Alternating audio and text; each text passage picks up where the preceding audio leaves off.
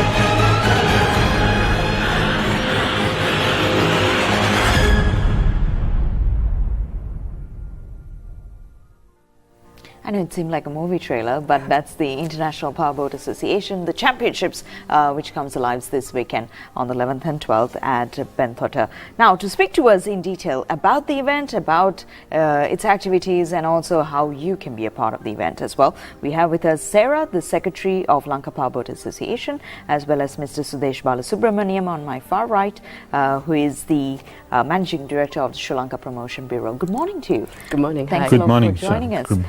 Should we start with Mr. Subramaniam, because Sri Lanka Tourism has been involved in this event, and we see that it's the international caliber event that we are having for the very first time, I believe.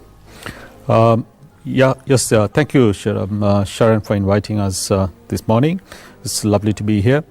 I think, yes, this is the first international event from what I can remember. I think our Sri Lanka tourism vision has been set to make Sri Lanka the finest island in the world, and also make it a memorable place experience, to give that memorable experience to the visitors who come into Sri Lanka. So one of the goals is to bring international events. I think recently we had the Asia Pacific Choir Games here, where the best of the choir games were in Sri Lanka. That was a week-long event. That was in culture tourism. So next week we are going to have another international sort of caliber event. Being powerboats is something new to Sri Lanka. Also, I think this is very much in line with what we want to establish as for visitors as part of Sri Lanka tourism. Right. And Sarah, tell us about why Lanka PowerBoat championships here in Sri Lanka, why the destination itself, and we know that our island is beautiful. Yes. And it's tropical, and you yourself, off air, we discussed, and we were like, I came up to been here for 5 years. Tell us why, though. Yeah, I mean, I've been here, said 5 years. I fell in love with the island when I came for a holiday. The Lanka PowerBoat Association, it's committed to promoting Sri Lanka as an international powerboat destination because it is the perfect location. It's surrounded by warm Indian Oceans, it's got so many waterways inland, beautiful scenery, extremely friendly people. It's just an amazing place for us to be able to run these events. And the one thing that Sri Lanka has that no other country has is you have a year-round season. Absolutely. For powerboating. In the UK now, they're all freezing. Yeah. They're all on their way over here to the lovely 28 degrees Indian Ocean, and they're so looking forward to it. And so tell us about the event per se, the caliber of the event, about the participants a little as well. Yeah, I mean, we're really fortunate to be powered by the SLTPB. They've been super supportive of us. And it's a 2-day event. And we're running 2 classes of boats, as you'll have seen from the video. There's the F1 boats, which are the boats that have the canopies over them. Okay. We're going to be, F2 boats. They're going to be running on the lagoon, on the flat water. And then we've got the international, the International Motor Nautique international event for P750 Thundercats. They would be the boats that you saw in the video that are jumping in the waves. They're going to be racing as well. So there's racing all day for both days, finishing around about 3 o'clock with 2 finals on the Sunday. And we've got international powerboat champions coming from the UK, Iceland, Norway, Hungary and Germany. And they're very competitive guys. Also, Mr. Subramaniam, we've been speaking about, since we've been speaking about the competition, I would like to ask about the safety precautions that you have been taking whilst holding this kind of competition, international competition in Sri Lanka. Yeah, actually, when I met with Sarah very first time in my office, one of my first 2 questions to him was, where does UIM stands as a gate when it comes to international standards in terms of safety, and not only about safety, but also want to know whether it's environment friendly, because you're going to run in the ocean, run in the lagoon, so it need to be species friendly and it should not disturb the thing. So I think that's where Sarah really came up and said, look, we are international, we have got very stringent standards, and we're a responsible body which really takes care of all these, not only about the safety but also about the environment. And if I can step in there, yeah, the environment is really important to us. Everything we do in the environment with the UIM, which is the international governing body, the Lanka Powerboat Association, which is the national governing body, we make a positive impact on the environment. We make sure that where we are is better than when we left. All of the engines are running to high spec standards, European and American standards. There's no wake caused by these boats, so there's no erosion on the banks. They literally skim across the surface of the water, as you saw there. And as far as the safety aspect goes, all these guys are internationally qualified. They're trained up to the highest level. We have the world-renowned powerboat rescue team. Fortunate enough to be able to get them. They kind of come and do some training for the local guys so we can get our own boat rescue team here. And we will be monitoring everything to the highest standard. There's people on the water making sure that everybody's racing responsibly. So yeah, whilst there's always a slight risk, we minimise that with all the other things that we put into place. And so we heard that there are international participants attending. How about in local participants? Do we see them Not attending? at this point. Okay. Because it's a relatively young sport in Sri Lanka. It's only been running really for a couple of years as a race level. And what we need to do is we are really committed to training local people up to this standard. So this is the showcase. This is kind of where the Sri Lankans will be next year, the year after, and all of the international events that we've got. So we've got so many local people coming and helping, participating. We've got ambassadors that are helping, training people, and we've got a race training program here where we're actually starting children from the age of 8. Wow. So they will be the stars of the future. And I know there's 2 young men there. I know there will be the first World Championship for Sri Lanka. Yeah. And since this is a relatively new subject, can you talk about the safety side of an individual or a participant who takes place? What kind of gear does he have to wear? What sort of equipment do they have to use? Probably to educate our viewers on the subject a little as well. Yes. There's a few safety things that they have to have. What we do before the boats even go on the water, so tomorrow they'll be doing a practice before they even go on the water. All of the boats are checked to see if the engine is good. So the boats are from here, or the boats are being shipped from the UK. Okay, so it's probably a months-long event planned. This has been in the pipeline since February, so the planning for this started in February, and it's all coming together now. Okay. So yes, the boats have been shipped from Europe. People actually drove 24 hours to get their boats to the container to ship them over here. That's how dedicated, that's how much these people want to come. So the boats are all checked over to check that they're safe and the engines are running correctly. And then they have their equipment check. So they have to wear a life jacket, and the life jacket has to be of a certain specification, which is directed by the UIM, the international governing body. They have to wear helmets, and it's not just any helmets that these guys are wearing. These Chanel helmets that are really expensive, but they have to be at the top level because they're driving at high speeds. Should anything happen, they need the helmet obviously there. and they have to make sure that they have what we call a kill switch, a kill cord. So it's attached to the boat and it's attached to the person. If anything happens to them, should they fall out, then the engine stops and then there's no danger. Wow. Yeah. It seems like a huge operation that's taking place. It does seem like it is a huge operation. It's taken a lot of organisation, and we've had a tremendous amount of help from the Tourist Board. We really have. I can't emphasise how much these guys have helped us. Okay. And it's been fantastic. But all these guys, they're coming from UK, know exactly what it is. They're used to doing this. They're racing every week during their season. So they come with all of their kit. They know exactly where to put the boats. They know exactly how to drive them. So, yeah. Initially, when you thought of having a competition in Sri Lanka, as in having this sort of international caliber competition in Sri Lanka, what kind of challenges that you had to undergo in having it here in Sri Lanka? So there hasn't been any challenges really, because logistic-wise, we don't need to set up a race course like you would do for an F1 road race, car race. Yeah. We don't have to build any new buildings or anything like that, because as I said, you've got the ocean there, which is superb. You've got the inland waterways. We just need places for people to watch the event. We need to have plenty of cameras to go live and televise this event. So logistic wise here, it's been absolutely perfect. It's the ideal location. I can't emphasise that anymore. Yeah. Right. Mr. Subramaniam, so as a part of the Sri Lanka Tourism Promotion Bureau, we have this huge task of taking the message across the globe. And as a kick-off here we have with us, what are we looking at in the future?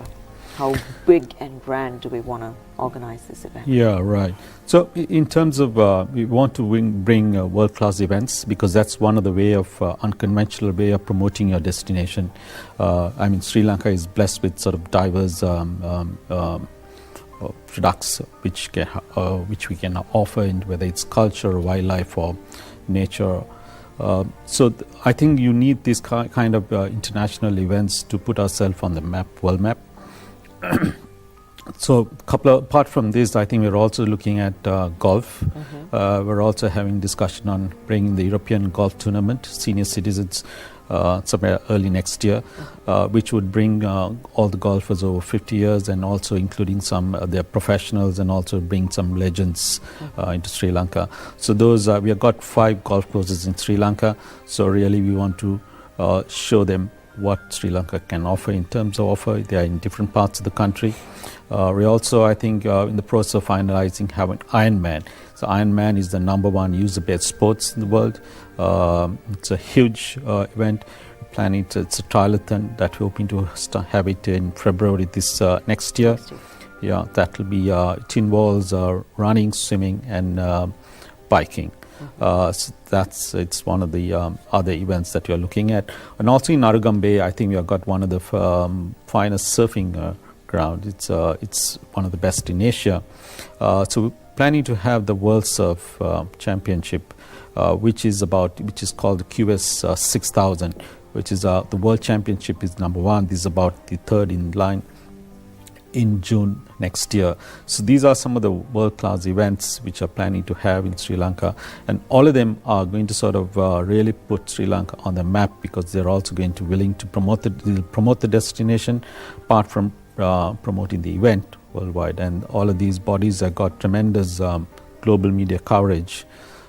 So that's some the ground plan. Ground plan. It sounds so exciting. I was like wondering, wow, 2018 sounds promising with all the number of activities. And the Lanka PowerBoat Association is bringing 3 international events next year. We have the Valentine's Trophy, which is the P750s, the ones you saw jumping in the sea. They're coming back again. In March, we have the Aquabike, opening round of the Aquabike World Championship. And in November, we have the F2 closing round World Championship. So we're really excited, all these people wanting to come here. Okay, that's nice. Yes, going into the sport a little bit, Sarah, about the powerboat racing in Sri Lanka. So tell us a bit how do we get this license? Generally many Sri Lankans aren't aware of as to how to get into this sport. Not many people are aware of the powerboating in Sri Lanka. Tell us a bit about how to get into the sport. Yeah, absolutely. I mean, it's not difficult to get into the sport. You need a powerboat. And the P750, the Thundercat boat, is probably the best one to get, price-wise and fun-wise. And then you just need to give us a call or email me, sarah@lankapowerboat.com, and say I'm interested, because we run training courses all of the time. And all we do is we set up an initial training course, show you how to drive the boat, environmental awareness, water safety, basic handling of the boat, and then you move on to a more advanced level where you start driving at speed round a course. And once you've mastered speed at a course on your own, then we introduce another boat and we show you how the rules of racing go. We have flags that control the race. We have ways that you can corner round. So if you wanted to get a license to race here, the training would probably take between 5 and 7 days. You can do it over weekends or you can do it as a block. But it's a relatively straightforward process to do. For anybody really that wants to get involved. And we, as I said, we start children at the age of 8. They race in the small engine, and they can go up to the age of 90. There's no upper age limit on this. Speaking about the competition, tell us about the age categories in the races that we're looking at the 2-day event. There's actually no age category. The minimum age we're saying for this event is 18. The youngest competitor we have is 20. And I think the eldest one is in his 60s. Okay. So it's going right through the generations. But it's something that brings families together. The Thundercat boats you saw on the water, we have 2 teams where it's father and son that are racing, and actually one team is father and daughter. Oh, wow. That you'll see this. So yeah, it's a great family event. And when you're looking at training, it's something that maybe you can do. The mother or the father can come with the son or the daughter. So yeah, no, it really is great for families. Okay, and I believe that most of them are in the island right now. They've probably come down, some of them probably attending today? Yes, they are. Some have arrived, and the majority of them are in the air at the moment. I think there's about 15 arriving at 9:20 to the airport, and they're straight down to Bentota, and they are super excited. I can't tell you how excited these guys. They have been on Facebook constantly saying this is where we're going, and all their friends are jealous because they're in -1 and they're coming to 33 degrees. Yeah, so. and it's also the case where they're probably not only coming for the event, but they'll be visiting other places. Absolutely, they're bringing their families. So yes, and their families will be exploring the island.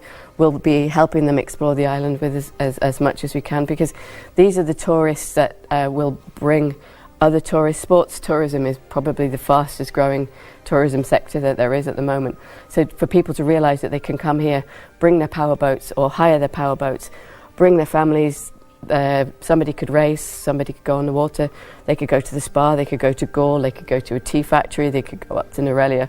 The possibilities are absolutely endless. Yeah. So will they be having practice sessions as they come down here? Yes, once they arrive today, they will be checking over their boats, making sure there's been no, because obviously they've been transported from the UK, so nothing has shifted in transit. And then we put the boats on the water and we have like a very slow practice day today. Everybody just goes round. They kind of acclimatise themselves a little bit because they've been working very hard before they've got here. And then tomorrow is the official practice. We check over all the boats, and when we have a Formula 2 practice in the morning and a Thundercat practice in the afternoon, and we will be running that from around about 6 in the morning till 6 at night, making the most of the daylight. Yeah. And then Saturday is when it all happens. Opening ceremony at 9 a.m. On the lagoon. And if it rains, it doesn't matter at all? Doesn't matter, okay. No. The only time we would stop it is if the visibility was really poor. But no, these guys are used to the rain, they're used to the wind. So yeah, it's nothing for them. I'm hoping for the spectators that the rain will hold off, but even for them we have tents on the beach, we have tents on the lagoon side, so everybody will be protected from the rain or from the sun. Right. Mr. Balasubramaniam, we mentioned spectators. How can we get our Sri Lankans to be a part of the event? Yeah, I think we have been sending out various using flyers through our electronic process, and also we'll be informing the hotel and travel agents, all of them to be around, and also a lot of the hotels, particularly around in the southwest coast. I think I must say that our Minister of Tourism and Christian Religious Affairs have been very supportive of this event. I think a lot of the time, I think it's important to say that. I think also, and since late, we had the Minister of Sports as well. Actually, we had a meeting about 2 weeks ago where we could promote sports tourism. Going forward, we are having also the go-kart having their Formula One championship in January. So I think so quite a lot. So there'll be people coming from who are the locals. I think we'll be using local media like y'all, Rupavani, and also the radio and all of them. You like y'all to support, to take the message across to the people. This is something new, and I think people will be very excited to see something like this. And if anybody wants to come and watching us now and they're going, what is happening, from 9 o'clock on Saturday morning, if they want to come to the beach area next to Avani Hotel, there are things happening. There'll be guides to show you exactly what's happening where. We have stalls on the beach. We have a whole place for people to come and just watch. They'll be able to meet the drivers. They'll be able to chat. They'll be able to look at the boat. So anybody who wants to come along, just come along to the beach at 9 o'clock on Saturday morning. All right, and if you're a boat fanatic, you know where to be this weekend on the 11th and 12th of November at the Avani Bentota. That's where the action is taking place. Just outside, yes. That's the event. There you are. And with that, we're going to conclude today's session. Thanks a lot for joining us. Thank you very much. Thank you. We wish you all the very best for the championship. May be a success, and we look forward in seeing all our viewers joining there as well. Yeah, check out Facebook. Thank you very much. Right, this is where we wind up today's show, and it's Thursday, so which means we're all waiting for Friday.